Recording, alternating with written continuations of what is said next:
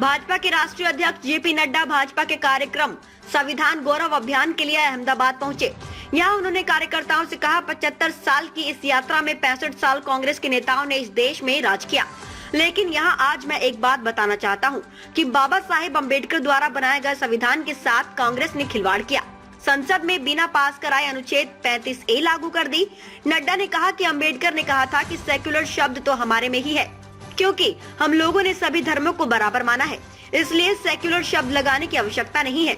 जो Islamic state है उन्हें ये शब्द संविधान में लगाने की जरूरत है। अम्बेडकर ने सोशलिज्म पर कहा कि किस किस्म की सरकार भारत को चाहिए, इसका फैसला जनता करेगी, इसलिए हम ये शब्द संविधान में नहीं लाएंगे। लेकिन इंदिरा ने सेक्युलर और सोशलिज्म शब्द जोड़ा। इंदिरा ने ही इमरजेंसी लगाकर क्रूरता की। दरअसल संसद के शीतकालीन सत्र में अमित शाह के अम्बेडकर को दिए बयान की कांग्रेस ने आलोचना की थी। इसी के जवाब में भाजपा ने संविधान गौरव अभियान शुरू किया। भाजपा के मुताबिक इसका उद्देश्य जनता के बीच संविधान के बारे में चर्चा करना है। नड्डा बोले, इंदिरा गांधी की कुर्सी को खतरा था, इसलिए भारत में इमरजेंसी 25 जून को लगाई गई। इसमें फंडामेंटल राइट सस्पेंड कर दिए गए। अटल, आडवाणी, मोरारजी देसाई सब जेल में बंद हुए। हमारी विचारधारा से जुड़े हुए लोगों ने इमरजेंसी और आजादी के लिए लड़ने में पूरी ताकत लगाई गई। स्टेट्समैन और इंडियन एक्सप्रेस के एडिटोरियल ब्लैंक हो गए। ऐसी क्रूरता इंदिरा गांधी ने सिर्फ अपनी कुर्सी के लिए की। इंदिरा गांधी एक कानून लेकर आई थी जिसमें प्राइम मिनिस्टर, प्रेसिडेंट और वाइस प्रेसिडेंट को जुडिशियल रिव्यू से बाहर निकाल दिया। इसका मतलब इन लोगों पर कानूनी कार्रवाई नहीं होगी।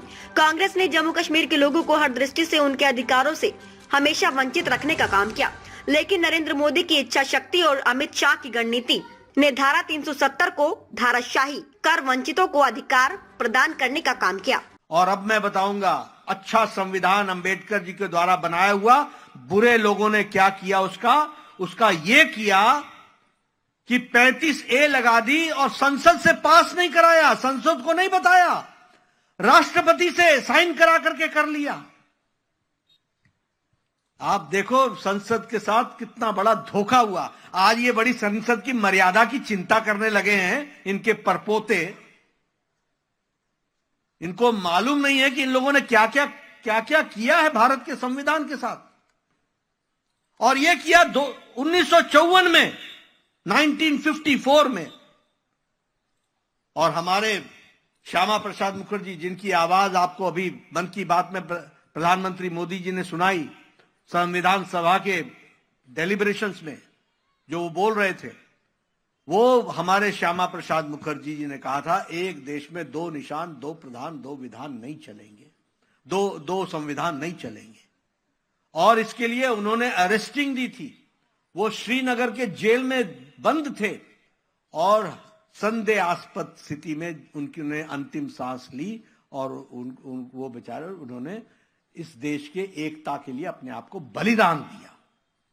उनकी माताजी ने कहा इंक्वायरी होनी चाहिए, जवाहरलाल नेहरू ने इंक्वायरी नहीं होने दी। क्या बताइए, आज ये भारत की जनता को बताना जरूरी है कि नहीं है? ये जानना चाहिए कि नहीं जानना चाहिए कि एक भारत के प्रधानमंत्री ने एक इतने बड़े नेता के संदेहास्पद मौत पर जब इंक्वायरी मांगी तो वो इंक्वायरी नहीं दी गई। कैसे देश चलता होगा, कैसा संविधान होता होगा, क्या कानून होते होंगे, इसकी जरा आप कल्पना कर सकते हैं। इसलिए आपको मैं बताना चाहता हूं। और जम्मू कश्मीर को धारा 370 में क्या मिला? आप बताइए, गुजरात में एसटी लोकसभा की सीट रिजर्व्ड है कि नहीं है? आप बताइए, गुजरात में एसटी विधानसभा की सीट रिजर्व्ड है कि नहीं है? आप बताइए, गुजरात में एससी विधानसभा की सीट रिजर्व्ड है कि नहीं है?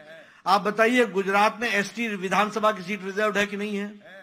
लेकिन 2020 से पहले तक, 1954 से जम्मू कश्मीर में एसटी नाम की सीट नहीं थी।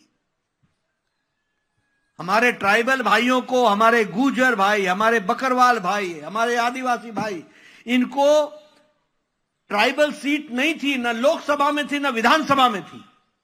आप बताइए, बुरे लोगों ने संविधान चलाया था कि नहीं चलाया था? और अच्छे संविधान की को मुसीबत में डाला कि नहीं डाला? रिपब्लिक हिंदी न्यूज चैनल को देखने के लिए धन्यवाद। सर्वश्रेष्ठ रिपब्लिक हिंदी न्यूज चैनल को सब्सक्राइब करें, शेयर करें, लाइक करें और घंटी वाला बटन दबाकर नोटिफिकेशन ऑन कर लें, ताकि ताज़ा खबरें सबसे पहले आपको मिल सके।